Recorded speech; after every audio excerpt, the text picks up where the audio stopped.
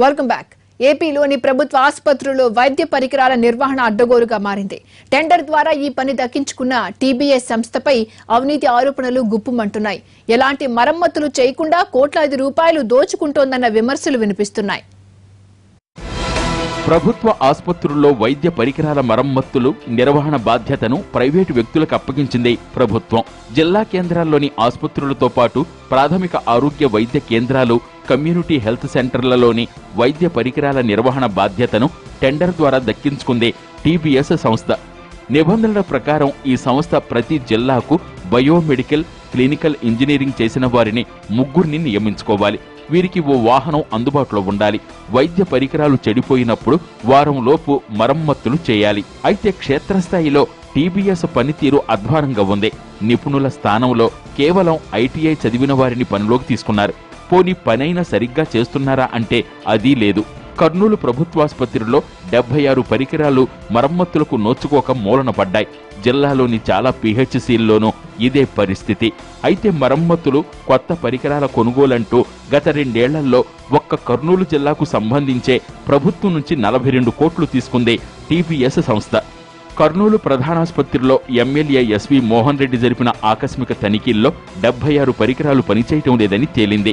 మరి ఇన్ని రోజులు ఎందుకు చెప్పలేదంటే అధికారులు కూడా నీళ్లు నములుతున్నారు. టీబీఎస్ సంస్థకు ప్రభుత్వ పెద్దల అండదండలు ఉండటం వల్లే ఎవ్వరూ నోరు మెదపటం లేదన్న ఆరోపణలు వినిపిస్తున్నాయి.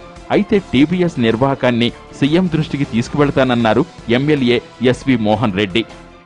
ఆ కంపెనీకి కంప్లీట్ గా స్టేట్ వైడ్ కాంట్రాక్ట్ ఇచ్చినప్పటికీ వాళ్ళు ప్రతి ఎక్విప్మెంట్, అది చిన్నది కావచ్చు పెద్దది కావచ్చు, అన్ని ఎక్విప్మెంట్లు రిపేర్ చేయాల్సి ఇమ్మీడియట్గా అటెండ్ కావాలి. ఎందుకంటే ఇది ఎమర్జెన్సీ సర్వీస్. పేషెంట్ల ప్రాణాలతో చెలగాడేటువంటి పరిస్థితి ఉంటుంది. కాబట్టి పేషెంట్ల ప్రాణాలకు సంబంధించేది కాబట్టి వెంటనే అవన్నీ కూడా ఎక్విప్మెంట్ రిపేర్ చేయాలి. కానీ టీబీఎస్ వాళ్ళు కరెక్ట్ చేయడం లేదనేది మా నోటీస్ కూడా వచ్చింది. ఇక్కడ కూడా మేము పరిశీలిస్తే కొన్ని ఎక్స్రే మిషన్ అయితే 3 నెలల నుంచి వాళ్ళు రిపేర్ చేయకుండా అట్నే పెట్టారు. కొన్ని వెంటిలేటర్స్ కానీ అదర్ ఎక్విప్మెంట్స్ దాదాపుగా 30-40 మేజర్ ఎక్విప్మెంట్స్ రిపేర్ చేయకుండా ఇప్పటికి అట్లనే ఉన్నాయి. వాళ్ళేమో బిల్లులు తీసుకుంటూ ఉన్నారు. సీఎం డాష్ బోర్డుకేమో అన్నీ రిపేర్ చేసినామని పంపిస్తూ ఉన్నారు.